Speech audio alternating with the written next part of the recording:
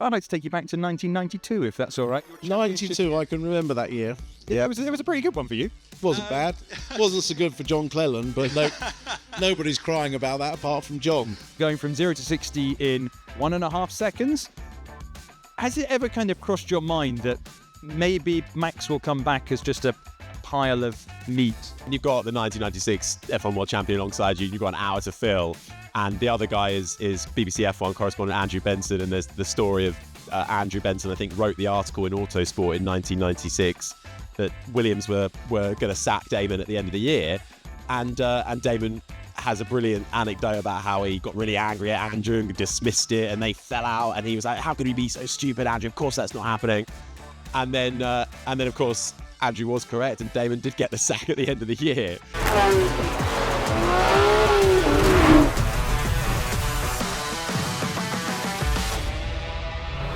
Gents, thank you so much for coming and joining us. I thought I'd start with you, Charles, because this is a pretty big year for you. You were in Carrera Cup GB last year. You won the Pro-Am Championship back in 22. That's correct. Yeah. You reminded me enough when we were doing PH Project Car. I didn't mention it once. Yeah. Every time I said Carrera Cup driver, you were like, 2022 champion. Thank you. Okay, right. Yes. Sorry. But we were actually just discussing off stage how much of a professional sport that is. You've now gone into the touring cars, the absolute top of British racing. It's a bit more of a contact sport. How have you got on with that? Yeah, I mean, gosh, yeah. Firstly, obviously, there's a big difference in the cars, big difference in the racing style, if you will, as well. I think the biggest difference is I said in a few interviews kind of before the year started, I'd start off too passive and then I'd become too aggressive. And I think a few times at Croft, I think on the weekend, I was that little bit aggressive. So it's you were pure entertainment at Croft, dude. I mean, it was grandstand stuff. Tim might be shaking his head. Yeah, if anybody hasn't seen Croft Race 3 BTCC, go and watch it back on the channels, because it's an absolute BTCC classic. This man's in most of the action. That's very true. It was a classic BTCC race. I'm still trying to find my feet with it, you know. It's one of those things that we're literally looking at back in hindsight is really, really good, but to kind of in the moment be obviously fighting, trying to pick your battles at the right times, it can be a tricky experience. Absolutely. But the thing is as well is that you've come from a rear-wheel drive car to the rear-wheel drive BMW. How are you finding that? What's the transitions like being for the actual car itself? What's it like to drive? Obviously, a couple of less cylinders probably doesn't sound quite as good. Yeah, okay, the noise isn't quite as good as one of these Porsche Carrera Cup cars. However, as you say, yet still rear-wheel drive. Obviously, the engine's in a different place. With the 911, the engine's right at the back, versus with the BMW, it's right at the front. So the general balance is a little bit different, and that changes your driving style. With these cars, you have to do a technique called trail braking, where you hold just a little bit of brake pressure all the way into the apex. Actually, like we spoke about on PH Project Car. I know. I gather rotation. So that driving style has been a bit different, whereas when you've got the engine at the front, the car's much more willing to get into the apex. You always need to kind of balance the rear out. But being rear-wheel drive, I've still found myself very much at home. The team are fantastic as well at WSR, B&W, you know. They've got so much experience that they've brought me on very quickly, which is fantastic. Absolutely legendary team to be doing your first BTCC season in. Tim, we'll get onto your Carrera Cup exploits in a bit. But I'd like to take you back to 1992, if that's all right. 92, I can remember that year. Yeah, it was a pretty good one for you. Wasn't bad. Wasn't so good for John Cleland, but nobody's crying about that apart from John. Well, what I was going to say is... Still crying 30-something years later. I've heard the stories. I'm good friends with John as well. Yeah. So, yeah, I've heard the stories. Still bringing it up. Yeah. I mean, those... I had to get the first dig in. Sorry, Cam. It's a long-running rivalry. I don't think John's joined us today, sadly. But maybe I'll bring him on for next year's one. Get the other side of the story. Please don't. So back then, anytime you see British touring car videos that come up on the internet from that era, it's just a bust-up from start to finish. How do you compare the era you were racing in compared to what Charles is dealing with now in the current era? Would you call it maybe a change in professionalism, or would you say it's just the way that what's allowed and what's not allowed anymore? It's a combination of both, Cam, in the sense that back in the 90s, every single driver on the grid was a fully paid up professional driver employed by a manufacturer. So you would have 9 odd manufacturers paying 2 drivers on a contract. So you had 18 professional drivers, a lot of them ex-F1 drivers or whatever. You didn't really have any paying drivers. There were a few, but not many. So you were there to represent a manufacturer. And basically, if you couldn't win, your job was to stop another manufacturer car coming past. So it was as simple as that, really. So you can imagine how the racing evolved. But it also, yes, the regulations were nothing like as tight then as they are now in terms of driving etiquette. Charles would have thrived in that era, judging by the recent race. No, so lots of things were different. I mean, obviously the money was different, the manufacturer input, just so many things. But what I would say is that the current racing is absolutely fantastic. It's a combination, yes, of sporting regulations, you know, difference in hybrid, difference in tyres, mixing reverse grids. We never had any of that. But it does make the racing really exciting. And what I'm really keen to say to people is, although a lot of the parts across the cars are common parts, they all use the same parts, whereas back in the 90s, absolutely everything was free, from diffs to dampers to you name it.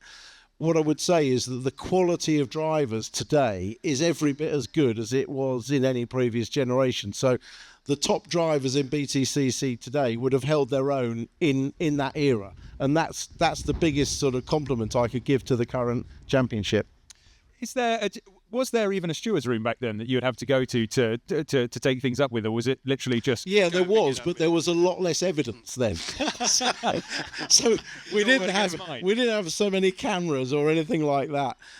So you could talk your way out of most situations. Although there is the onboard cameras of, I think it's Cleland, flipping people off after potentially... Well, going for first, you mean? Oh, yeah, that was it. Yes, I'm going for first. Yes, bless old Murray Walker. Iconic line. God rest him. Is there anything, though, that you would take from that era and you would want to see potentially kind of transition back into what we have now? Yeah, I'd like to see a 2-driver race and a night race.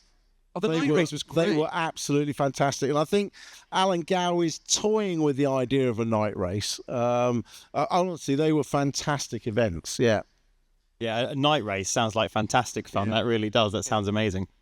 Yeah, well, you were fortunate enough to go through so many different eras of touring cars. You were, during let's take 92 to 2002, which I believe was your last full season in touring cars. My first year watching the BTCC, actually. Yeah. You were driving the Halford 406 Coupe? Yeah, correct. I'm a massive nerd. It's quite embarrassing, really.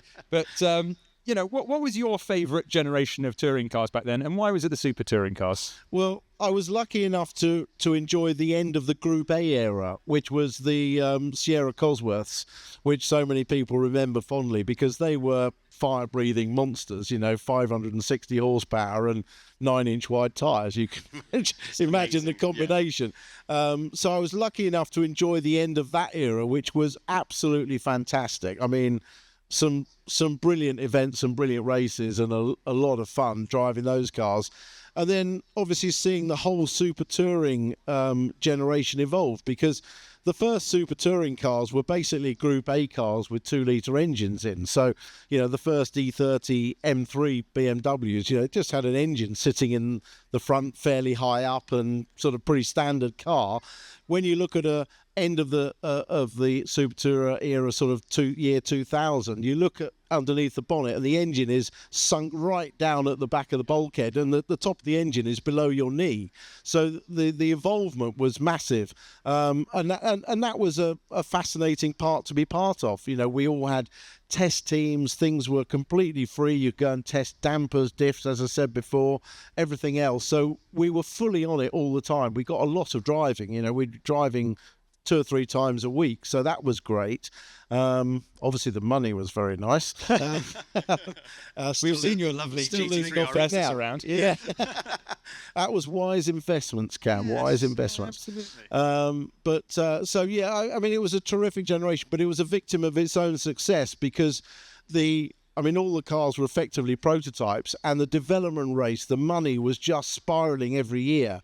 And it got to a point where, you know, from 95 onwards, next year's car would always be better than the previous year's car. So you unless you were playing the development game and playing the money, you weren't even competitive. But, you know, if you took a 95 car and ran it in 94, you'd have wiped the floor with everybody, and a 96 car in 95, and so on. So what happened was that the manufacturers, if they couldn't, they were being blackmailed effectively by the teams by saying you need to spend X million pounds if you want to be competitive with Alfa or Renault or whoever. And they would spend that money, but only on the basis that that was what they were told would win them races or the championship. And then when they didn't win, the manufacturers said, well, we've spent the money, we haven't won. And of course, in motor racing, there can only be one winner. So they gradually started to pull out. I think if they'd kept budgets a bit more sensible, they'd have kept the manufacturer interest for longer. It was never sustainable. We'd have been paid for longer. It was never sustainable because you had, like, it was Williams were developing the Renault squads. You have Formula One teams weighing in on these family saloon cars that were properly screamers. But, you know, Charles, you've entered a few years after those years. Is there anything that you would want to take from the kind of the BTCC of the late 90s or kind of maybe even in the 2000s that you'd love to see kind of implemented today? Yeah, totally. I mean, the biggest bit really, I suppose, it would be somehow finding a way of trying to get the manufacturer support back in. It's getting trickier and trickier every year to find the budget to go racing. I'm very lucky that I'm fully sponsored by some fantastic partners to do this season, especially. And it'd be nice to have that little bit of help because, as Tim said, the guys at the front really are fantastic racing drivers and deserve the opportunity to be within manufacturers. And that could then always spiral into other things other than just British touring cars. As much as a fantastic series, it's not always everybody's endgame. I really like, though, that the BTCC, through all of its years, has stuck with kind of body styles and marks that are relatable. You know, there's still Vauxhall Astras going that you can't, they're actually out of, they're discontinued Astras that are racing. So you can actually go onto, you probably can't buy them from PistonHeads, to be honest. Car Gurus you can go and buy them from. But yeah, I like that they've not gone down the GT3 route that, say, the DTM has, because it would just completely ruin the point of it. Tim, just to go back to Carrera Cup, you went from BTCC in 2002 to Carrera Cup in 2003. You then went on to go and win 2 championships. So you've done quite well for yourself. You're kind of a big deal. What was that? What was that transition like, going from touring cars, you know, front wheel drive for a lot of your career, to then what were probably quite a lot less sophisticated cup cars than what Charles was racing in? Yeah, I mean, I actually grew up on rear-wheel drive cars. You know, I started racing go-karts. Started racing in Formula Ford 1600, then went into production saloons, all rear-wheel drive, then into Group A, Rover Vitesse, Sierra Cosworth, all rear-wheel drive. BMWs in touring cars, rear-wheel drive. It wasn't until my first front-wheel drive car that I really raced was the Renaults in 93, 94. And I've got to be honest, I absolutely hate front-wheel drive. I mean, I absolutely hated it. You could never say so whilst you're racing professionally, because it would have been professional suicide. But I never gelled really with front-wheel drive. You know, I can say this now. It's a driving technique and it's a discipline, but it doesn't have the same enjoyment that rear-wheel drive car has, because you are so limited into the balance of the car, because the rear of the car is only ever freewheeling around, whereas in a rear-wheel drive car you're controlling that with throttle inputs. So I never really enjoyed those years in front-wheel drive cars. I actually got my first run in a Porsche Cup car back in 94 when Porsche ran in the Super Cup. They used to run a guest car in the Super Cup. And I got invited to drive one at the British Grand Prix and absolutely loved it straight away. So I think in the back of my mind, I always knew that Carrera Cup cars were something I'd be interested in. And then when I stopped racing, or stopped touring cars in 2002, I got offered a drive in the UK in 2003 in a guest car there, and immediately loved it because it was back in rear-wheel drive, powerful rear-wheel drive cars. And it was one of those things, I got in it, and without even thinking about the technique particularly, the lap time just came straight away. And that's a lovely thing for a driver when you haven't got to think about it or chase it too much.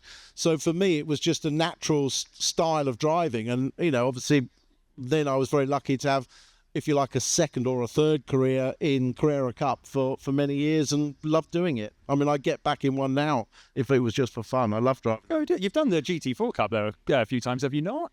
Yeah, I've done a bit of that as well. So basically anything powerful and rear-wheel drive. Got Tim Harvey written all over it. But arguably, both of you, your greatest challenge of your career so far has been driving an enduro car, or KA. Now, I've only just discovered this, that you were actually both in the same race by the sounds of it, because, so for those who don't know, Charles, he kind of came onto the PH radar. It was a bit before my time. We had an enduro car team, and we basically got Charles on as a ringer.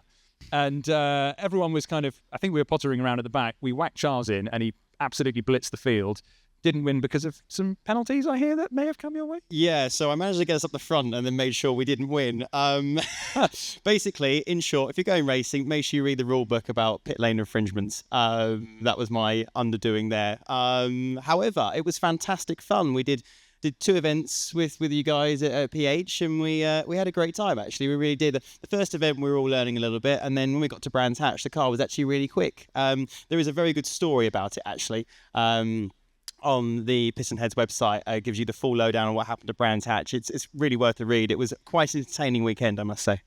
That just shows it was a perfect grounding for touring cars, really, wasn't it? Penalties and infringements and not reading the rule book. Perfect grounding. I was actually in the very same race. Yeah. So my son and a friend of my son's wanted to do a bit of racing. So and I had a friend who ran a 4KA car. So we just said, come on, let's do the race. It was a second or third one we'd done, and always had great fun doing it. And it was just a dad and lad, weekend, just for fun, which is what motorsport, really, that's the sports side of motorsport. It's great fun. Anyway, the race started a little bit damp, I think. It did indeed, yes. And I started the race. I think we qualified about 8th. And I gradually worked myself up to the lead. And then as the track was drying, the guy in second was catching me up. So I was getting a little bit more desperate with the traffic. And I lunged this bloke into Druids, thinking that he'd seen me and had seen the blue flags because I was the leader. And then he turned in on me, and there was that moment where I thought, we're not going to have contact here. But knowing that this was just a club race, I thought, well, there's no cameras about. Nobody will have any evidence of it. So I'll just go back to the pits and say, well, the guy turned in on me, and I did nothing wrong. Even the fact of it, I'd lunged from too far back and locked up and hit him squarely in the door.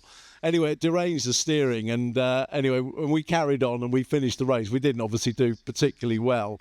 But then after the race, the guy who I'd hit had got cameras front, rear, everywhere, and put all the video. He was actually made up because it was almost like a badge of honour that he'd been hit by me. But of course, it went absolutely everywhere, and I had nowhere to hide then, so I had to fess up to my mistake. We didn't have these back when I was in BTCC. God damn it! Thought we could talk about the 2025 season, and let's put Charles in the spot here.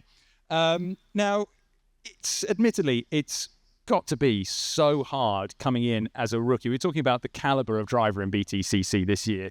You've come in as a factory driver, and you've got your first win under your belt early in the season. What's it like, Tim, for take Charles for instance? How difficult is it for someone like him, first year, to come in and succeed when you've got the reigning champion as your teammate? It's not easy at all. There's a lot of people who'd like to just learn a bit about the BTCC, maybe not in a front-running car, because there's an awful lot to understand. The whole way that the procedure works over the weekend, the demands on you, and the different sporting regs, as I was saying, it's an awful lot to get your head round. And the racing is unlike anything else. So, it's not easy, because if you come in to a front-running team, there's a huge amount of expectation, and obviously they were the championship winning team and the champion teammate in Jake Hill. So a tough baptism of fire, but Charles has got a very mature head on his shoulders some of the time, and being a driver, coach, instructor, he's able to analyse his own driving and other people's and make it work for himself. But he adapted really, really well. And Brands was a bit of a one-off in the sense of the track layout, the resurfacing, the hot weather, everything suited the BMW really well. But you have to take your chance when you can get it. And in actual fact, if you look back on that race, he had to go out and win that race. He had to go and grab it by the scruff of the neck and win it. And that's what I like to see in a rookie, is somebody that when they have their chance, they absolutely take it. And it's that desire for competition, it's that will to win, all those things that, you know, you can study data, but they're actually just inherent in you. So for me to see that in Charles was a fantastic thing. I really appreciate it. That's lovely. I do love how it's almost like having a teacher and student up on stage, and it's kind of like grading homework in front of an audience. But what did that first win mean to you, Charles? Because it was, to get that early in the season, that must have been like a huge weight off your shoulders. Yeah, 100%. I mean, as Tim said, it was very much circuit, weather, or the new configuration with the new bits of tarmac added and all these things that made sure our car really was the class of the field, which was fantastic. I've done many laps around Brands Hatch in the passenger seat of cars, and so we've been together around Brands as well. Exactly. And you survived. KA and all these things, and survived, exactly. So, yeah, I mean, it was a fantastic weekend for us. I'd say a lot of pressure. I knew that I had the possibility of winning over that weekend. I wasn't necessarily expecting it. If I'm honest, we did free practice on Saturday morning, and I was in a good position. And then we did qualifying. Okay, I made a small mistake in qualifying, but was still on the front row, and thought, okay, this is going to be something really good, and came into the first race and was just hoping to get a podium. We did that, secured that. It was fantastic. Race 2, we had to then go on the hardest compound tyre. Didn't fall back too far, which was nice. And then, race 3, it just all worked out in my favour, really. Then I managed to get a bit of a clear gap in the lead and never looked back, which was fantastic. I do remember, though, with a few laps to go, and I remember you looking back on the footage, you also commented on it, Tim, saying about how there was a yellow flag out and how much I definitely was wishing we were not going to go safety car with one car in the gravel trap. And that was definitely the case.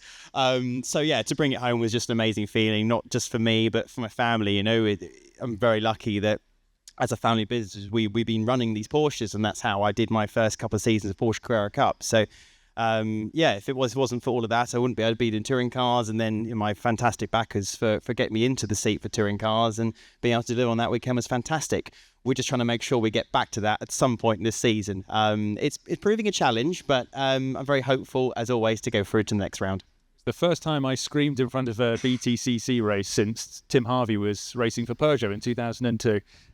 Right then, so changes coming up for 2027. It's not a huge change to the regulations that are coming up, but it's a little bit more freedom. Have either of you had the chance to look over the rules and kind of share your thoughts about how you're feeling about the series for 27? Charles doesn't read the rule book. We've already established that.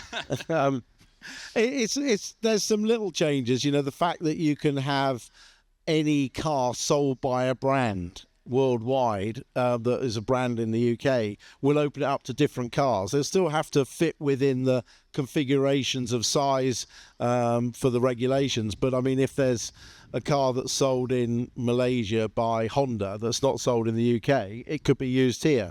So that will open it up to different types, looks of car, which is great. The fact that any engine supplier has to be able to supply engines to somebody else may open up the engine market a little bit. But yeah, I mean, there are tweaks to try and encourage more cars in.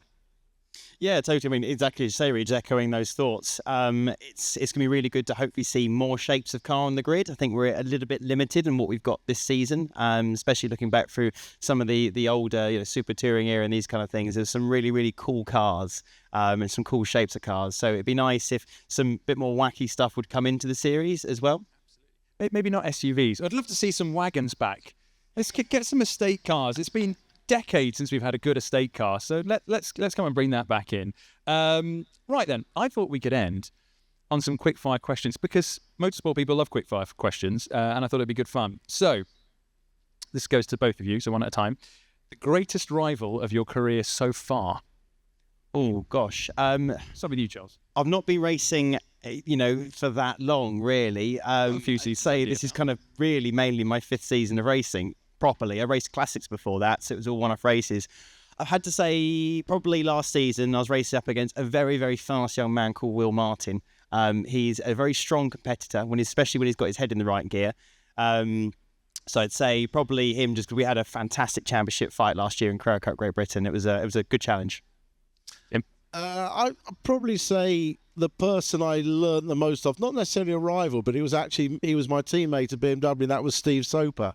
Because I learned so much from him. He was an absolute professor of going racing professionally, and I sort of walked into this team from being a relatively amateurish driver, and I learned from him really how to go racing professionally. The fact, the detail he went to with everything about his car, from the guys that dynoed the dampers to the engine builders to everything, and I learnt that it wasn't actually enough just to rock up on a Friday or a Saturday morning and jump in the car, that you actually had to do a lot more behind the scenes to be a professional driver. So and then he was always a bit of an inspiration, Steve. Fabulous driver, but he was a bit like the Alain Prost of touring cars. He absolutely was a professor. Absolutely, an absolute legend. Best racing car you've ever driven? Charles? I'll go first, just because you're still thinking about it. My favourite ever racing car wasn't a touring car, and it wasn't actually the Porsche. It was the Group C Le Mans type cars of the late 80s, early 90s.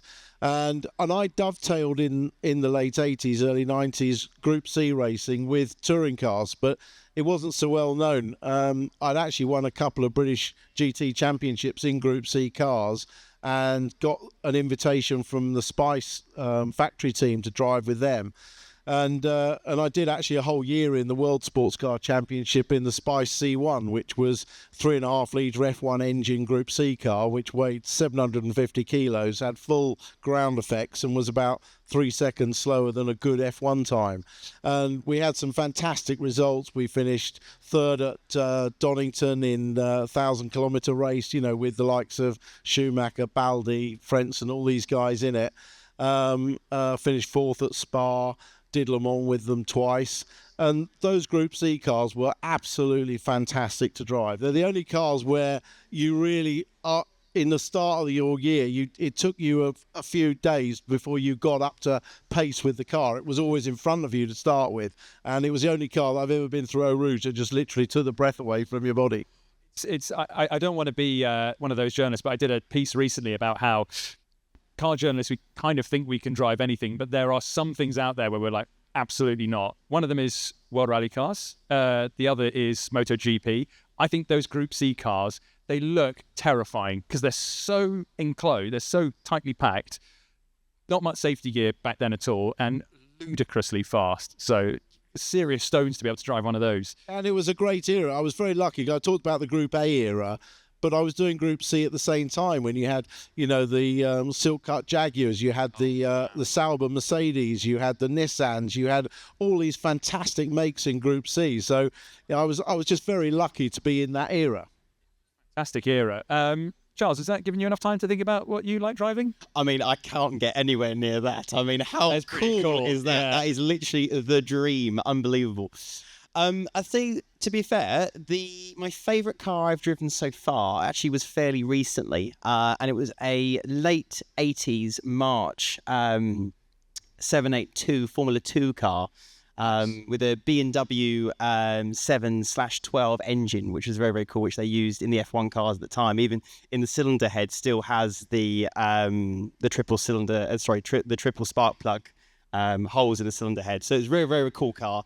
First time driving a proper single-seater, and doing a Formula 2 car was really, really cool. One thing I must add about it, and obviously I'd never driven a single-seater before, especially something that actually really is quite fast. This car has about 400 horsepower, weighs just 450 kilos, something like that. Really, really cool car. But the gear lever, it's just a dogleg first gear, and basically it means first gear is across to the left and backwards, and then in my head I had to then think about going into first again, which would technically be second. So that messed with my head for a little bit. Once I thought first, pull away, and then first again, that was fine after that. But yeah, properly raw car, fantastic noise, revs up to 11,000 RPM. Awesome thing.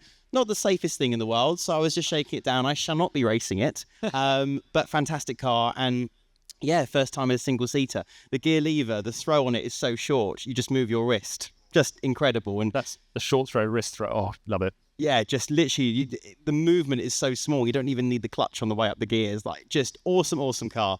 And yeah, to drive a single seater of such speed and caliber, I was quite honoured actually.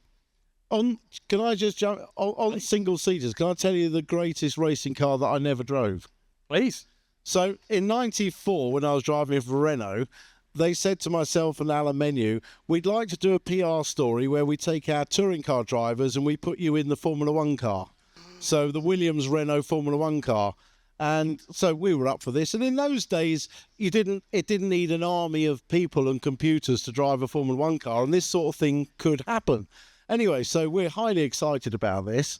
And I go down to the old Williams factory in Didcot for a seat fitting. Now, I don't know if any of you can remember the look of a Formula One car back in '94, but they had very small cockpits. You can probably guess where I'm going with this. But we were going for a seat fitting, and I wasn't as big as I am now. I was actually 80 to 85 kilos, which was not huge, but for a Formula One car, it was quite big. And I said to them, have you put the smallest seat in? They said, we put the smallest seat in. So I tried to get in, and I was sort of wedged at my shoulders on the side plate. And I said, okay, right, take the seat out and just put a layer of foam in the tub. So they took the seat out, put a layer of foam in. I got in a little bit further, but my knees were still jammed up underneath the bulkhead and the steering wheel. My shoulders weren't in the back of the seat, or what was left of it. So I said, right, take the foam out. I'll just sit on the floor of the tub, because I was so desperate to drive the car. I mean, you'd just do anything, wouldn't you? I mean, it was a current day F1 car. And for any racing driver, you always imagine what it would be like, say, to drive Verstappen's car. Maybe not Verstappen's car, but maybe what you always imagine what it would be like to drive the fastest car in the world at the moment, and that's the current F1 car. So for us, this was a massive thing. Anyway, they took the foam out. I sat in the tub, and there was no way I could drive the car, so I had to duck out of it. And Alan Menu, being a little 65 kilo Swiss cheese that he is, slipped into the car perfectly, fitted like a glove. I had to go along and watch him drive the car and smile for the sort of the story. And he had a day testing the car, and it all went fine. They made their telly, and Williams actually said to him, oh, that was good. Do you want to do some more aero testing for us when our drivers aren't available? So we got 3 or 4 days out of it. And that remains, in my whole motor racing career and possibly my life, my biggest single disappointment, that I never got to drive that car. Well, I was going to end there, but I don't want to end on your biggest disappointment of your career so far. So I'm going to end on... Nobody's cried, trust me. Let's dry some of those tears and go for the greatest race of your life so far, to both of you. To be fair, I would say my win at British Touring Cars, but there is one more event which slightly tops it. So a couple of years ago, I was lucky enough to race at the Le Mans 24-hour in a support race in one of these Porsche Carrera Cup cars, with Porsche Carrera Cup France. And again, same thing we were doing with Porsche Carrera Cup in the UK. We were running it as a family team. So it was me, my dad, my little brother, and a helper that went out to come and help us run the car for the weekend. And we were doing it as, a dad and lad. We were at Knock Hill the week before with Carrera Cup GB and take the car down to Le Mans and have a good time. The race was just before the 24-hour started. So awesome experience. And yeah, somehow managed to win it, which was pretty bonkers. So standing on the top step of the Rolex podium, came back down to my dad and he just handed me a beer, and then we watched 24 hours together. So that's my... my nicest memory so far racing. But to do it as, me, my brother and my dad was awesome fun. That is pretty awesome. Tim? Without being flashed, there's a lot of races I could probably talk about, from the race when I won the British Touring Car Championship, which is a book all in itself, against Cleland and Will Hoy, to my first ever Le Mans in a Group C car, which was a sort of a huge build-up of getting to the event. And I'd never even been to Le Mans before we raced there. And I qualified the car. I started the race. I did session into the night. I did a session in the night. I did the dawn session, and I finished the race. That was a special one. But I'm probably going to pick a race at Bathurst, actually. It was a 24-hour GT race at Bathurst. and I was racing a Porsche RSR, and it was in 2005 when the Rugby World Cup was going on. Was it 2005 or 2003? Can't remember, but it was when the Rugby World Cup was going on. And we've started this 24-hour race, and all the big screens are showing the race and then the rugby and the race and then the rugby. And of course, England were doing really well, and we were getting really into this in the paddock. And I ended up getting in the car, and I had an hour battling with Peter Brock, who was a legend of Australia. But I keep getting distracted by the screen, and I was saying on the radio, "What's the score? What's the score?" And we got to the point where Johnny Wilkinson did his drop goal, and in the end, I had to say, "Just stop talking to him because I can't race anymore." But it's just a race that stands out in my memory as being completely different. A fantastic circuit. B, a fantastic car, and C, the event itself going on. And of course, we all went into Sydney afterwards and got absolutely partied out. I didn't say a swear word there. No, you didn't. Well done. Well done, Tim. Well, actually, it's all right. I have a question on this, if that's okay then. So, when you first drove at Bathurst, is one of my big bucket list circuits that I would love to do it someday. How did it feel the first time getting in the car, rolling out on a cold slick, or if you had tyre warmers possibly, and doing your first lap of Bathurst circuit? Well, my first run at Bathurst was actually in touring cars. They used to have a touring car race out, the 2-litre touring car race. And I mean, it's just such a legendary circuit. And if you've watched Bathurst races, you know where the track goes. You know, you didn't have to do a sim session to know where the track went because you've watched so many laps on telly. So you knew where it went. But, you know, every corner, every bit of the Bathurst circuit is legendary, isn't it? You know, the first thing I wanted to do was, when you go across the mountain, was to look up at all the people because they're all there with their Holden or Ford, you know, flags there. A wild bunch. They buried their beer in the ground a week before, and they're all crazy animals up there. But yeah, it was a really cool experience. The whole thing about every country has its own vibe, and every circuit has its own vibe, and that has a really particular one. So yeah, it was very cool. Yeah, amazing. It must be awesome working for one of the probably the most exciting kind of sports car.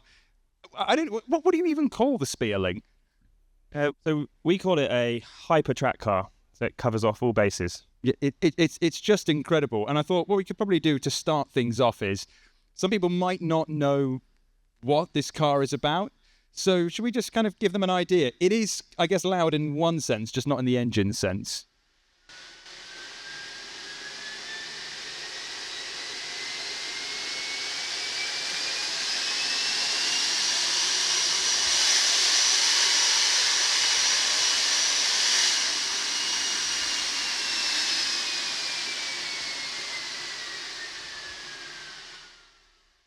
We hadn't rehearsed that. I had literally no idea what to expect. Sounds like a jet engine, but it's not. So what is that sound, Dave? So that's the sound of two basically turbines spinning at 23,000 RPM. And if you look just down there, there's two of them sitting. There's a man in a nice blue T-shirt modelling them. That's the secret sauce behind the sound and the performance that people have seen at Goodwood or on Top Gear. Because this thing is a literal projectile while it's driving. So let's take things back to the beginning, because there are thousands of people out there that are trying to make the world's fastest car, right? And they usually have massive engines, huge amounts of downforce, make a great noise, or they go down the EV route and kind of create something that looks like a Pikes Peak car.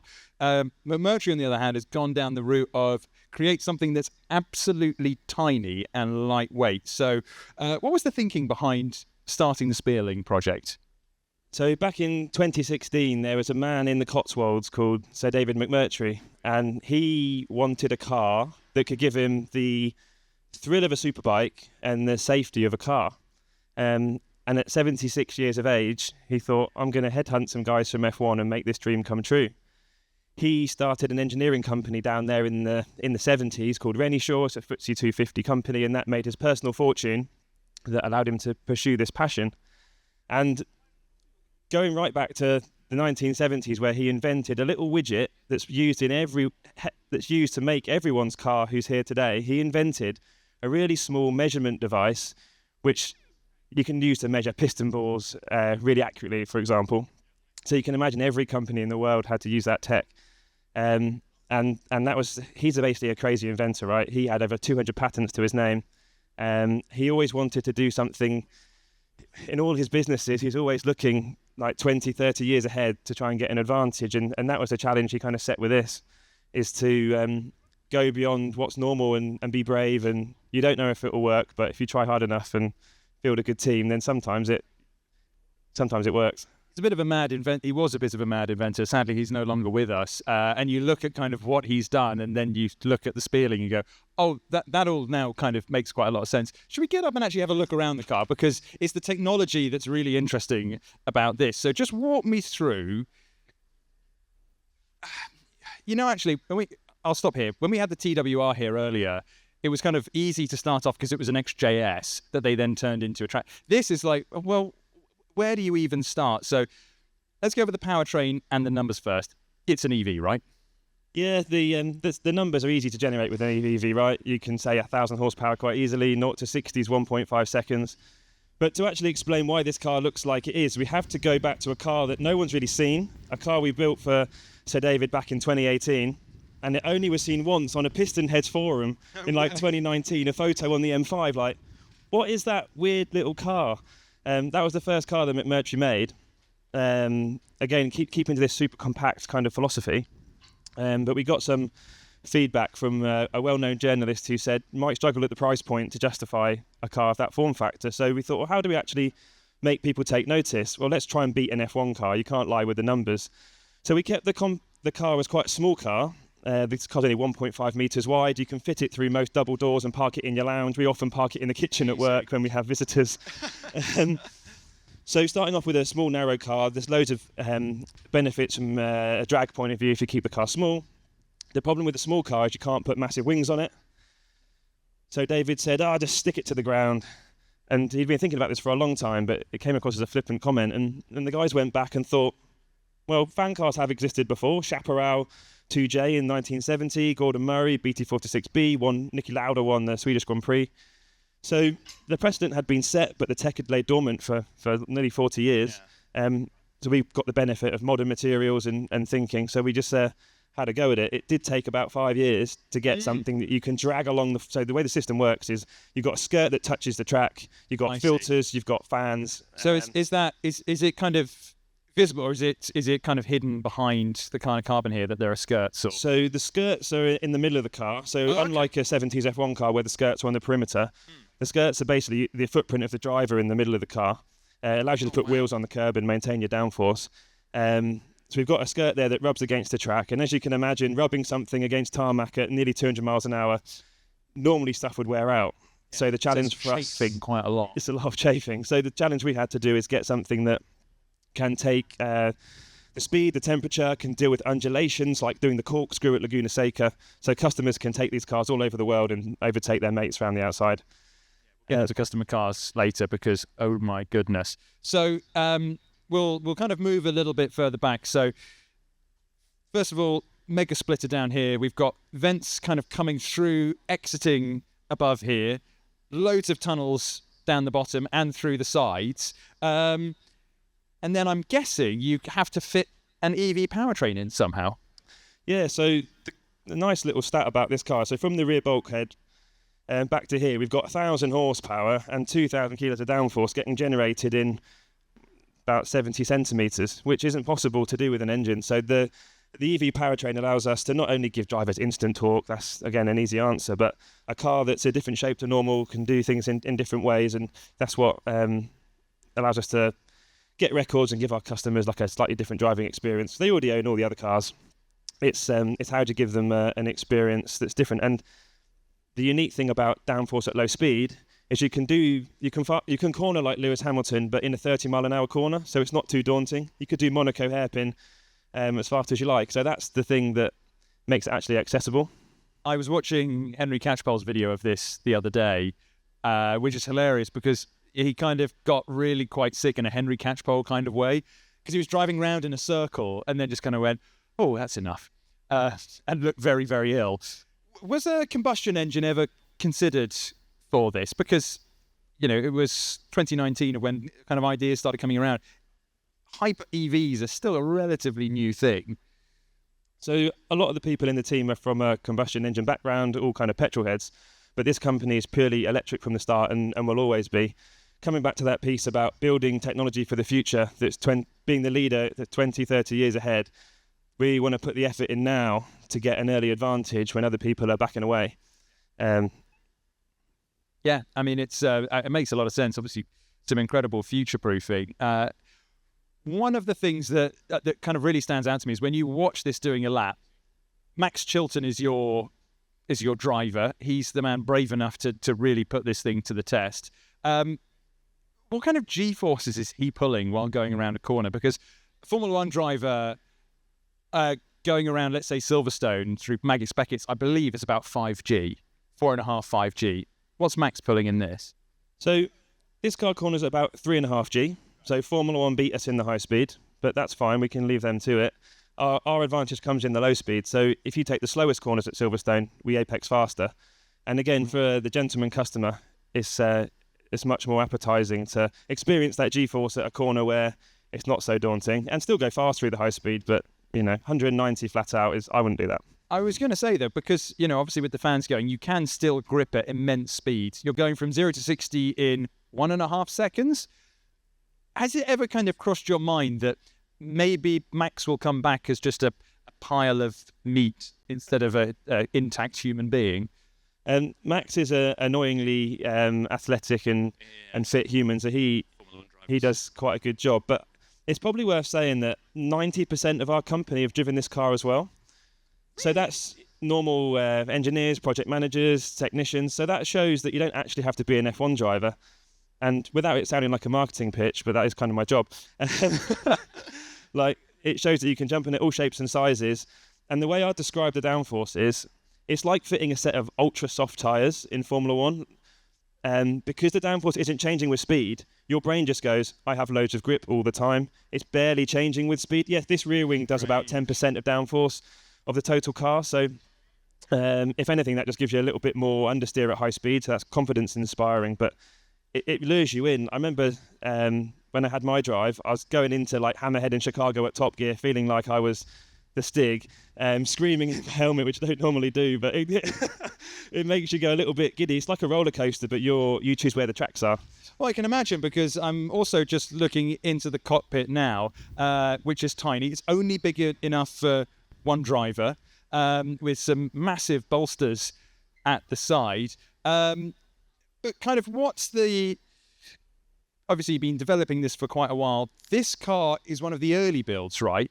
So this is the record car, no? Yeah, this is the car that went viral at Goodwood in 2022, and thank goodness for that moment. Launched kind of McMurtry into a name within the car world, and it's our job now to sort of branch out beyond that.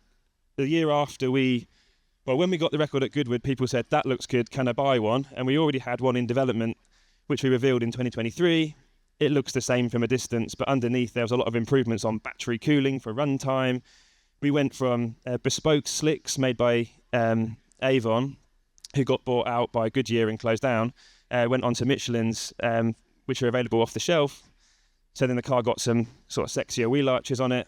And then the car we're delivering to customers starting next year is another step on again. It's a much, another refinement on the body shape and all of the serviceability as well, because it's all very well having our expert technicians running this car at Goodwood and setting records, but we want the customers to turn up to the track with one mate, like you do with track day with even new catering, one mate to change the tyres and absolutely send it. And with electric, you've got 1,000 horsepower without engine preheaters, without gearbox preheaters. You don't need tyre warmers because the downforce, it switches on like that and the tyres come in. So hopefully our owners will be setting their own records at their own favourite track without too much trouble. Imagine weaving to warm the tyres up, and this would be really quite something. So luckily they come up to temp very quickly. We've got to talk about the stunt you guys did recently, which is driving upside down to the most literal sense of where you built this incredible rig that takes the car upside down and the car sticks and you move it forward ever so slightly. So you did technically do it. How did that come about, and did you have to do much changes to the car to literally get it to stick upside down? So ever since we unveiled the fan car at Goodwood in 2021, actually, people said, oh, brilliant, so can you drive it upside down? So that's been ticking on our mind every year. When's the right time to do it? And we had a couple of weeks gap in the schedule and thought, let's just do it then. So we built a very simple rig. We didn't need to find a tunnel and, take out the lights or the cooling fans in the tunnel. We just built a rig at our base in Gloucestershire and turned it on, and it worked. No, we had to do a few safety checks. So in terms of preparing the car, all we had to do was top up the coolant circuit with fluid, just to make sure there wasn't an airlock that's going to go into the system when it's upside down. We did a couple of tests with the car strapped down with some ratchet straps to time how long can the fan systems run when they haven't got any airflow over the car. And then genuinely it worked first time. So that was a fun moment. Even things like, will the brake master cylinder reservoirs leak brake fluid onto the paint? No, they've got a little rubber bellows in, and that held it in. So I think it seems so simple, because last year we had Scott Mansell, who runs the YouTube channel Driver61, and it's something that he's been trying to do for a while, is build a rig that he can drive a car upside down. But that also includes building a car that also can actually go around a half pipe and go upside down. And then you've got to think about oil and fuel starvation if you're upside down when you're in a combustion car. So something like this, I guess you don't have to worry about a lot of that stuff. It's so simple. I would love to see Driver61's project come to life, and I would say, can we borrow the track as well at the end just to have a go, because it'd be really fun. I really hope it does come through. I think it needs about £4 million, which we probably spent. Yeah, it did look like you whipped that rig up in an afternoon, but it did the job. The other thing that I think is absolutely wild is that, yes, this is going to go to customers, but you're not going to make it road legal. Obviously, someone will probably do it, but how do you prepare something like this for mere mortals? So we've given a lot of our existing customers test drives. So they're already sort of in the loop. They're helping us out with their feedback and development. Some of the changes that we're implementing based on their feedback is, for example, the A-pillars. We're going to move them slightly to help visibility when you're chasing records, sort of move that down a little bit. We're going for the latest gen of battery cell for a Molly cell, which gives us, we're going from 60 kilowatt hour battery to a 100 kilowatt hour battery, which is a lot to fit in a car like this. And what that actually means is you'll do a 20-minute session around Silverstone GP, say, at GT3 race car pace, which is plenty for most people. And if you do want to go to LMP1 or F1 pace, then you can turn it up. Please tell me there's a dial on the dash that says LMP1, F1, Berserk. That has been talked about. I mean, the beauty is you can go high power, low downforce, or vice versa, depending on if you want loads of grip or loads of wheel spin. Because what people have found is when they've driven it, they've gone, oh, that was easier than I thought. Maybe I'll let my friend just drive it. It's £1 million car, but they're like, yeah, okay. So yeah, having those options available means all your mates can have a go.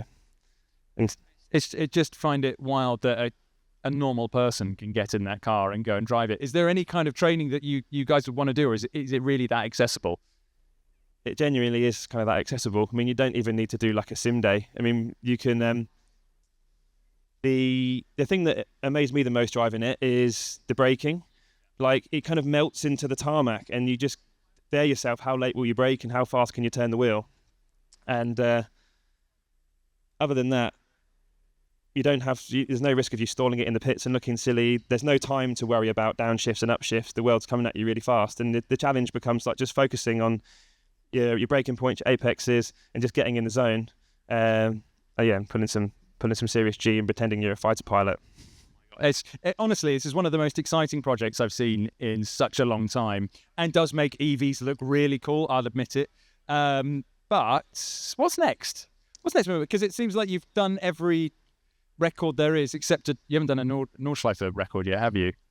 No, I would love for one of our customers to try that. We've kind of got a well-trodden path of put the factory drivers in and you kind of get a record by accident wherever you go. But now it'd be nice to show some customers doing it. I think the car would go quite well around there. In terms of what's next for us, we've just taken on a new factory in Wootton Under Edge, and we're sort of kitting that out. We've basically gone from a couple of sheds in Gloucestershire with like a 2-car race bay to like a 10-car race bay. So our plan for this year, we're building 2 more cars for ourselves for engineering testing, and then next summer, customer cars will be released into the wild. The first one's going to America, but watch out a track day near you. I was going to say, I thought that sending customers out in this was going to be utterly chaotic, but I've clearly been proven wrong. It sounds like it's going to be something that's very accessible. I can't wait to have a go. We didn't have any Formula One cars here to put up on stage. Shocking. We did try, but I left things a little bit last minute. However, being the nerd that I am, I managed to find the closest thing to a Formula One car here, which is this thing. Harry, is this familiar to you at all? I mean, well, it's familiar in the fact you sort of gave me a nice rundown of it over about an hour ago. So, Going my workings then. So this is a Jaguar XJR 15, and linked to TWR we had earlier, was built by the OG TWR. This formed part of one of the weirdest support races there's ever been in Formula One. It was back in 1991. I think it was called the Jaguar Intercontinental Challenge, something like that. And it was a mix of complete amateurs and Formula One drivers and really pro racing drivers. 3 races. The first one was in Monaco. And just to give you an idea, this is essentially a Group C Le Mans car with some slightly sleeker bodywork and a whole lot less aero. It's a crazy amount of power. V12 sounds immense. I can't remember how many of them were racing. I think 16, wasn't it? A grid of 16. Okay, a group of 16 cars. I was going to say this is massive on the streets of Monaco, but then again, the stuff that you commentate on, they're practically buses now, really. Aren't they? Yeah. I mean, this is pretty spectacular. You talk about this was raced by Fangio Jr., wasn't it? Fangio the second. Juan Manuel Fangio the second, who was the nephew of 5-time Formula One world champion Juan Manuel Fangio. So he actually won. There were 3 races. Monaco round was the first one, didn't do very well. Second round, 1991 British Grand Prix, he won in this car, and apparently it was the race straight after the Grand Prix where Mansell gave Senna a lift. Was it the other way around? I think it was that way around. Yeah, we'll go with that way around. God, or the other way around. Yeah, showing my terrible F1 knowledge, and I'm a massive nerd. So he won that round, and then the next race at Spa, the final round, whoever won it would get $1 million, which in 1991 was like £1 billion now. It was a lot of money. And it was raced by John Watson. So we've got Fangio and Watson's name on here, and someone's autograph, who I haven't been bothered to look up, but I think that's John Watson. I have actually, name drop. I did actually text John Watson to see if he had any nice sound bites. He has yet to reply to me, so I'll check my phone. Yeah, sure. We had a response. Friends with John Watson. No response yet. Now, it got me thinking, Harry, the support races in Formula One today, Formula 3, Formula 2, Super Cup, F1 Academy, all very legit series, all far too sensible. They're not like Group C Le Mans cars with practically no aero and road tyres. So what do you think would make a really good support series now? It's a tricky one. I mean, I'm a big fan of the Renault Twingo, and I reckon 24 Renault Twingos going around the F1 circuits would be pretty decent. I bet you Alonso would lap the field in a Twingo. He knows his way around a Twingo. I would like something like maybe Valkyries. That would be cool. Valkyries would be like the modern day equivalent. Just a bunch of hypercars casually Maybe going that's around. even too sensible. So anyway, so that's the reason why we have a Jaguar on stage while we're talking about Formula One. I thought it was better than having no car at all, and sounded incredible. Harry, come pull up a chair. Thank you. I was thinking maybe for next year what I could do is have a desk and make this a bit like a panel show that they have in America, a late night show or something like that. 100%. Oh, hello. Yeah. I'm on. It's a little creaky. Right, so for those of you who may not know, Harry Benjamin, you're kind of the familiar voice of BBC Radio 5 Live when it comes to Formula One, but you also make the odd appearance on Sky F1, and you were just doing the Sky F1 podcast this week as well. So how on earth do you become a Formula One commentator? Accidentally. No, I think I always wanted to like be in Formula One and broadcasting. I loved it. And I wanted to be a Ted Kravitz. I wanted to be a pit lane reporter, really. So much fun. And yeah, exactly. Just looks like a really cool job. And then I just sort of started out I was 18, I think, when I first started. Kind of, I had my own little blog that I would write about motorsport, like not just Formula One, loads of other stuff. And then I was hounding various production companies and racing championships, just emailing them, asking them for like experience to see if I could come along to a race or a paddock or something. And Formula E had actually just started at the time, and I thought, that's a good way of getting while it's early. And I kind of became a bit of an unofficial sort of runner, T-boy, make the coffees, all that kind of thing, and just basically persisted with that and until I got an opportunity at one point to to try and get an on-air role, which didn't come straight away. Took me probably about 8 years, which included I went to university, I went to drama school, I did all that, and I had my little podcast on the side, and just kind of was putting myself out there as much as possible. Social media is such a massive thing that you got to do. So all of that kind of started when I was 18. So I started as the work experience kid really, and just hounded people over email. Amazing. Just being interrupted by a 911 GT3. It's a 997 pre-facelift. Lovely sound. Thank you very much. Yeah, I don't usually like being interrupted, but that's totally fine. I'm cool with that. Formula E, we'll touch on that quickly because, you were the voice of Formula E for a wee bit.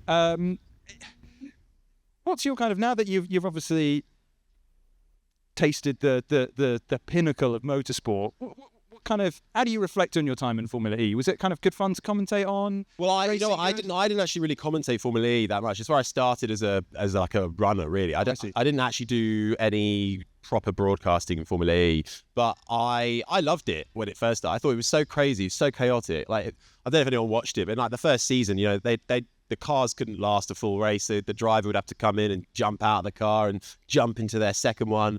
I mean, a bit ridiculous, but I loved it because it was that. The Heidfeld and Prost crash in Beijing at the end of the year was wild. Yeah, it was. That was the first race. It was the first race. It was that towards it. It was the first race, and that put Formula E on the map globally for a massive crash. Unfortunately, but it was. Hey, all news is good news as far as you're concerned when you're like a racing championship just starting out. But that's what's so good. Look, nothing's going to compete with Formula One and the pinnacle, I don't think. So if you're going to be like a Formula E or something, I think you've got to come out with something completely crazy and completely chaotic, and that's what's going to maybe get you the viewers. But they have other things now. Like they used to have like fan boost, don't they? They have attack modes now and all that kind of stuff. And they've got some good like manufacturers and brands involved. But I almost would prefer for them to go back to how it was a little bit. Swapping cars in the middle of the race. Why not? Like almost like old school Le Mans when they'd run to the cars at the start of a race. It's just crazy. They made something that was actually quite terrible look really quite cool and fun, to be honest. I watched my first Formula E race live last year. It was actually the first Formula E race that I watched, and it was better than I expected. I tell you what, I think they're pretty good to go to because you get way more access. Yeah. You get up close and personal. Look, if you're a sucker for the noise, then you're never gonna be some noise though. They do make some noise, but if you're looking for a V8 or anything above, then that's not the place to be. But if you can just kind of put that bit of your brain to one side and enjoy it for what it actually is, I think it's a really good sort of like fan in-person experience. So when did these commentary breaks start happening then? So you've obviously worked your way up through Formula E, haven't been broadcasting, but you kind of went around some of the kind of smaller categories first, right? Yeah, so basically it all happened in COVID. I went to university and I graduated into COVID. I was sat at home doing absolutely nothing apart from like a little podcast that I just did on my own. And then I saw somewhere that the guy who was commentating the Porsche Super Cup category was leaving the championship, and I thought, oh, maybe that's a way in or something. So I'd never really done any commentary before, and I found some old Porsche Super Cup races on YouTube, and I just kind of ripped them off the computer and sat in my room with a little microphone plugged into my USB and just like practicing doing commentary. And I was so bad. I could barely like keep my breath up for a whole lap. You just absolutely vomit out words, and I had no idea about controlling your breath or when to pause, when to leave, all that kind of stuff. But I cobbled together something worth sending, and I found an email to like Formula One management who run Porsche Super Cup and F3 and F2 and obviously Formula One. And I just sent them an email thinking I'd never get anything back. And then I got an email back saying, can we have a meeting? And we had a Zoom call, and then they invited me into Biggin Hill, which is where they're based, where they do a lot of the broadcasting from remotely. It's where sort of if you're watching Formula One on the TV, if you're watching Sky, they're not in charge of what you're seeing. That's Formula One management. They are in charge of cutting from Lando Norris to Charles Leclerc or whatever. So and it's all done from Biggin Hill. And then I went in there, it must have been 2021, and it was the weekend where, I don't know if anyone remembers, Romain Grosjean had a massive crash in Bahrain. I was lucky to survive it, really. And headlines around the world. So I was in the gallery just watching that all unfold. So should have been in there for a couple of hours. I was in there for a lot longer than that. And that was my kind of first foot in the door, just shadowing. So quite an intense day. Oh, God, yeah. But it still didn't happen. It took another 6 months of me pestering until I think the F1 season had started, and the Porsche Super Cup season was going to start in, I think the first race was Monaco in May, and I got a call maybe a month before. I was actually in the shower. It was about 8:30 in the morning, and I was in the shower. I had my phone in there with me playing music. Suddenly I'm getting a FaceTime call from like one of the executives at Formula One, and I'm panicking. So I Wants to see my face. well, exactly. I've got to answer this call. I can't let it ring out. So I get out of the shower, quickly try and like dry off, put a towel on, and then just as I'm about to answer the phone, it rings off. And I'm like, oh no. And I go out of the shower, and then the woman messages me saying, sorry, I missed you. Give me a call when you get the chance. And I was like, I'm free now, sorry. And quickly put like a t-shirt on, which immediately gets like soaked because I'm still wet. And then I sit at my desk with my phone like that, and I've got this sort of damp top on and a towel around my waist, just trying to act really cool and casual. And then she rings me and says, would you like to be the commentator for Porsche Super Cup? I know commentary wasn't what you originally planned for, or I don't know, it's Porsches, but it's a foot in the door. And I was like, absolutely it is, 100%. I'm in, I'll take it. And that was my first kind of break into a live on air broadcasting motorsport. There's always this fear of if you get called and it's a job offer, that if you miss the first call, it's like, that's it, it's gone. They're never going to call back. They're like, right, he missed the first call, move on to the next person. So luckily they stuck with you. But that kind of the Porsche Super Cup. Now, I can imagine looking at Formula One, I know all the drivers, I know all the teams, I know all the backstories and some of the ones in Formula 2, but Super Cup, I'm imagining quite a lot of the names are new to you. Is it quite hard to follow when you've got a group of, there's a 20, 30 odds? Yeah, between it. I think Monaco, they have to limit the Porsches to 28, but you can have a grid of 32, I think. There's a huge amount of them. So how on earth is that? How do you follow that? Really tricky. I think it helped me that, at that time, my full focus was just on Porsche Super Cup. So I didn't need to think about Formula One, really. So it was just Porsche, and that was my job, and it was my job to know about every single driver, because all it takes is for the guy who's in 17th place to crash out and the cameras are all on him, and you've got to know his entire life story, how he's got to where he is, all this kind of stuff. And this could be, a lot. The Porsche Super Cup kind of split in terms of pro and am drivers. So you get a few amateur drivers who are sort of there. They're kind of they're a bit older and they're racing for fun, basically. They are towards the back, but they're not doing it to win the race. And then they have the younger guys who are actually generally trying to get to sort of sports car racing. So there's limited information on Google about some of these guys who are CEOs or executives of these big companies.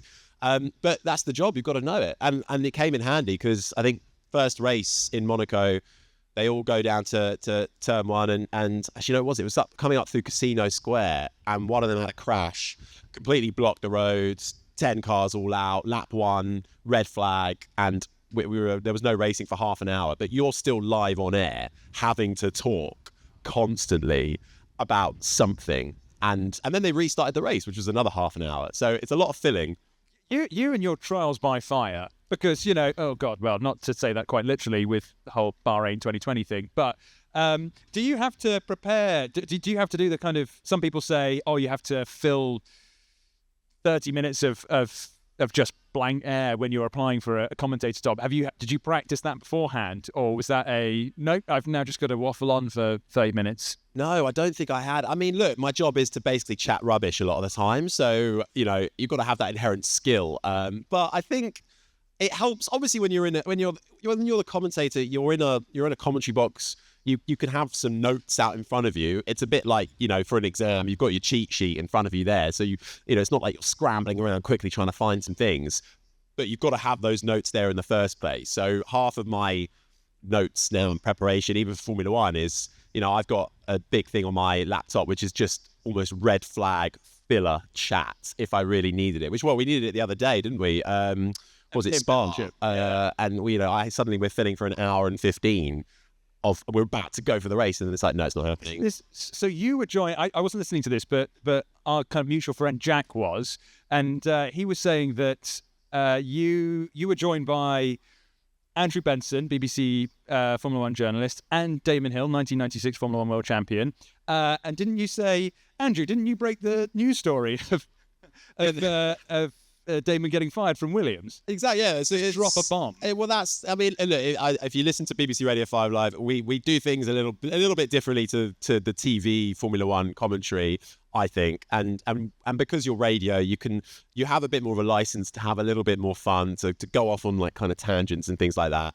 And when you've got the 1996 F1 world champion alongside you, and you've got an hour to fill, and the other guy is BBC F1 correspondent Andrew Benson, and there's the story of Andrew Benson, I think, wrote the article in Autosport in 1996 that Williams were going to sack Damon at the end of the year, and Damon has a brilliant anecdote about how he got really angry at Andrew and dismissed it, and they fell out, and he was like, "How could he be so stupid, Andrew? Of course that's not happening." And then of course Andrew was correct, and Damon did get the sack at the end of the year. Let's replay that out on air, please. Thank you very much. Let's let you two chat, and I'll just sit back and relax for 10 minutes or so and enjoy this entertainment. I've really enjoyed 5 Live, actually, because I'm finding it harder with 24 races on the calendar. It's hard to find the time to sit in front of the race for 24 Sundays of the year and do it. So I've been loving the 5 Live commentary. It is fantastic. I actually just wanted to touch on your notes, because you're a pen and paper kind of guy. Like, to this thing of where, you're a young guy, but for some reason you really love writing your notes out, drawing little tracks on notepad. I've made that up. I don't know if you do actually. No, I don't draw the tracks. Okay, no, I do print those off. Okay, cool. So yeah, what is it about actually having pen and paper, writing it down? I don't know. I think look, I do have some computerized notes, but I think for like the actual weekend to weekends, I basically have 3 main sort of bits in front of me. I have a double-sided bit of A4, which is all 20 drivers and all 10 teams, and then the other side is the track, and then the other piece of paper is the track map. So every corner, little things about the DRS or the tyres or something, or red flag filler that I just want a reminder of. I think I almost feel like if I haven't written it down, it hasn't happened. So it's just I think writing things down, pen and paper, I think that does embed in your brain more than just typing it out or copying and paste it off of the website or something like that. So I think inherently that's part of it. And I just feel like I've not tried it yet. I'm sure I could probably go into a race weekend without those notes, but they're now like, it's a safety blanket really for me. I sit down on a Wednesday or a Tuesday before the race night. It's like almost a bit like a ritual, and I go through everything. And then I just feel like I'm prepared, I'm on top of everything. I've done my research. I'm ready to go. Because with Formula One, maybe a little bit unlike some other sports, it evolves throughout the weekend. You can do all your preparation up to the Friday, and then you have 2 practice sessions, and something might have come from that, and then that evolves into Saturday, and you have 1 more practice session before you then go qualifying, and then you've got Saturday and you're learning all the time. By the time you get to Sunday, then it's almost like what actually you were researching on the Thursday is completely irrelevant now, because it's 3 days down the line, and a whole new thing has come up. So I think that's where it slightly differentiates between something like football or something like that. Bringing out random practice facts during the Grand Prix. Love it. So let's rewind a couple of years back to your Sky F1 debut, because this was, I mean, I was blindsided by it, because obviously I've been watching for 20 odd years, and the commentators have been relatively static the whole time. You've had, when I first started watching, it was James Allen and Martin Brundle. Martin's obviously still there. Crofty came in 2012, and it's been like that ever since. And then all of a sudden, it was the 2024 not San Marino, Imola. 24, yeah. 24 Imola Grand Prix. Harry Benjamin's. Surprise. He was fronting up Sky F1. What on earth was that like? Because I would have been a mess. Scariest weekend of my life. As you say, I mean, you've just laid it all out there. You're stepping in for a guy, and Crofty's a legend, and he is the voice of the sport. And you want me to cover for him for a race weekend? Are you sure you've got the right number? Are you actually listened to my stuff? Like, really? And I remember getting the phone call. I was in my flat, and suddenly the boss of Sky F1 calls me. And bear in mind, we've not really spoken before. My actual debut was the year before, where I don't know if anyone watched or remembers, they still do it now, but they launched Sky kids, and they did a kids broadcast, and they sent me out to Hungary with Sky, and then it was like a little side broadcast, so you'd feed into Crofty and Martin. Is that where Rosberg kind of went really hard on a poor 12-year-old girl? It was. I think that came across not how it was intended, but yeah. We had Nico Rosberg, we had Danica Patrick, we had Stefano Domenicali, all coming into the commentary box with these kids. Because if you want access in Formula One, bring the kids along, and it gets you everywhere. People can't say no to children. So it was great. And then that was my sort of first kind of dealing with Sky. And then I get the phone call, I think later on that year. And I was also doing F1 Academy that year as well, in that first season. And that had a bit of Sky crossover towards the end. In their final race, it was the first one they did live, actually on air, because all the races up to that point were all pre-recorded. The commentary was sort of done as live. And then Austin was their finale in 23, and I did that with Sky. Did a big program around it, and I did it with Jamie Chadwick and Anthony Davison, Naomi Schiff, and so I think then I was sort of in the periphery, and then I get a phone call from the boss of Sky saying, there's 3 races that Crofty can't do next year. Do you want to do them? And I was like, yeah, sure, yeah, absolutely, fine. He was like, do you need to clear that with it? And I was like, no, it'll be fine. Absolutely, I'll make it work, whatever. And then I didn't hear anything for ages, and then I just it just sort of happens, and I go along. Guys, Imola. I did Imola, Austria, and Baku, and Imola was my first one. And Imola's a rough race because it doesn't always lead to like the most entertaining of racing, but I did it with Karun Chandok, and you're sat in the production meetings every day in the TV compound, literally like a porter cabin.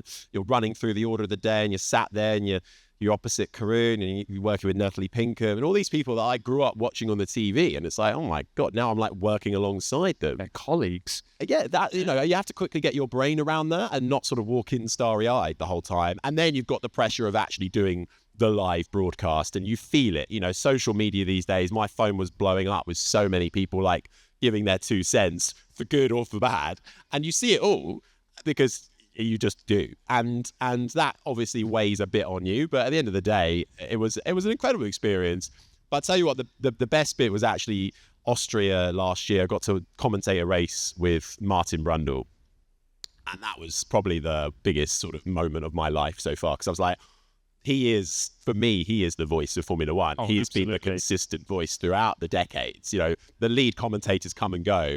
Martin has been sort of a presence forever. The baton was handed on from Murray Walker to Martin Brundle. Yeah, I mean, like, there's that great story, I think, where Martin didn't want to do commentary because he wanted to race, and I think Murray was like, no, you're pretty good, and I think your chances of racing are probably gone now. So why don't you join me in the commentary box? Probably the best decision he's ever made. Absolutely. And so to do a race with him, and he was so lovely. I'll tell you, if we've got time, I'll tell you a quick story, because the first time I never met Martin before, and I messaged him and I said, it'd be good to maybe just chat before we work together, because you want to the best commentators get on and you have good chemistry, and and that doesn't happen overnight.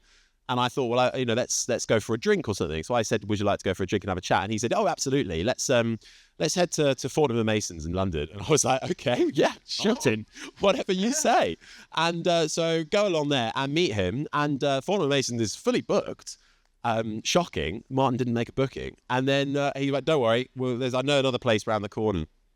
Next thing I know, we end up down this back alleyway in this like really dingy pub.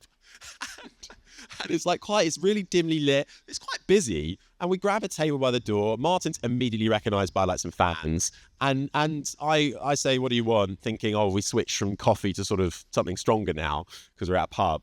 And it was one of those pubs where you're not, they're not doing a flat white. So, but anyway, we're like, no, he'd still have a coffee. And I went, all right, well, I'm not going to get beer. I'll join you. So we have like probably the worst coffee I've ever had in my life from this pub. And I'm just sat there in like a back alley in London having a coffee with Martin Brundle while he regales me with tales about Murray Walker. And he's also asking me questions about, who the hell I am and where I've come from and bits of advice and things like that. So it was a bit of a bizarre first meet, but even that little thing really helped the on-air relationship when you then go on to commentate. It's probably a great way to get over being starstruck. Yeah. You know, just get the pub chat out the way first, and then straight into Austria. I have realised that we're getting on with time a bit, and I haven't even talked about F1 this year. F1 2025. It's the 75th anniversary. It's the most exciting season ever, right? I wouldn't look. I think the title will hopefully go all the way down to the wire between Piastri and Norris. I think that's exciting. Look, is it one that we're going to be retelling in 10 years' time? Maybe, probably not, but we've still got, another less than half the season to go. It's not an all-time classic, that's for sure, but you can't always have an all-time classic. And also, I think it's still a pretty good season overall. So I'm enjoying it, and it's really exciting. We've got two drivers going for their first World Championships. One who's got, the pressure of, both have got pressure of the nation on them, UK against Australia, and one is more experienced than the other. They've got two very different personalities. They get on for now. And, you've got a McLaren team that are resurgent and are letting them actually fight it out and are sort of almost ready for when they inevitably crash. I know they have already, but the one in Canada wasn't a proper crash. That was just Norris. It's not a Norris admitted fault. I was like, what is this? Well, no, that's not the crash. I know, it wasn't his fault. I just wanted a fight. Yeah, exactly. It was like, oh, no, it wasn't really the one we all wanted, was it? He just kind of probably made a mistake, got too excited and hit the wall. But, I want... the one thing I think we're missing at the moment is, and there are some brilliant characters in there, but I want a bit more character. I want Piastri and Norris to start. I want them to start stacking each other off. I want a bit of fighting going on. I think that's what we need for Formula One. I think you're right. It's far too chummy at the minute. Yeah. And I feel like maybe towards the end of the year, maybe it's just going to build up. There's just nothing, and then it's going to spike in. I think it could. Because already there's times we've seen Piastri, everyone's like, he's quite cool, calm and collected. But there's a few times where he's sort of shown a bit of emotion. And I think that's going to only develop. Yeah. Oh, I can't wait to see how that goes on. Right, we'll do some quick-ish fire questions to finish off. Okay. But just answer them as however you like, as long or as short. In the next 2 minutes. In 2 minutes. The most fun race you've commentated on ever? Yeah, go on. Oh God. Formula 3 is pretty chaotic. I'll stick with this year at F1. I think Silverstone this year was amazing. Actually, Silverstone was awesome. Silverstone this year, and also last year as well, with Lewis Hamilton taking his last win for Mercedes, his last Silverstone win for Mercedes. That was pretty spectacular. I was there for this year's race. I missed last year's. I was gutted I missed last year's because it looked so emotional. But awesome race. The most difficult race you've commentated on in 2025? Yeah, I think Japan this year was quite tricky. I mean, when it's a bit of a boring race, it makes my job really hard because you're constantly trying to find the stories and the bits of entertainment to keep people ultimately listening and watching. So, and that one just wasn't really coming to life enough. So yeah, that's probably one of the harder races I've done this year. Absolutely. The most impressive driver of 2025? Oh, most impressive driver. I'm going to go for... You know what? I'm going to go for one of the rookies, and it was going to be Isaac Hadjar, but I'm being won round by Gabriel Bortoleto, who races for Sauber. This young Brazilian driver is managed by Fernando Alonso, which is an awesome dynamic to have. And I think he's the real deal. I think he's legit. I had a crazy fanboy moment at Goodwood with him, where I was staying at the Goodwood Hotel. And I went down for breakfast in the morning, and this chap in Ferrari... You were staying at the Goodwood Hotel? How'd you swing that? I wasn't paying for it. Okay. Some manufacturer very kindly put me at the Goodwood Hotel. Okay. No, I was there. I was a bit further away than you were. Really? Yeah, you were commentating on it. Well, I went down for breakfast, and this chap comes in Ferrari gear. And I was like, I think that's Marc Genet. Sits down next to me, starts having breakfast. I'm like, oh my God, it's Marc Genet. Gabriel Bortoleto then walks in, and they just start chatting about driving old F1 cars. Yeah. And I'm just there, I'm having my full English, sipping my coffee like, this is unreal. I can't remember any of it because I was just so giddy with excitement. Anyway, back on track. Who's really missed the mark this year? Missed the mark. I mean, it's a bit harsh, isn't it? But I sort of turn it into maybe who I'm expecting more from.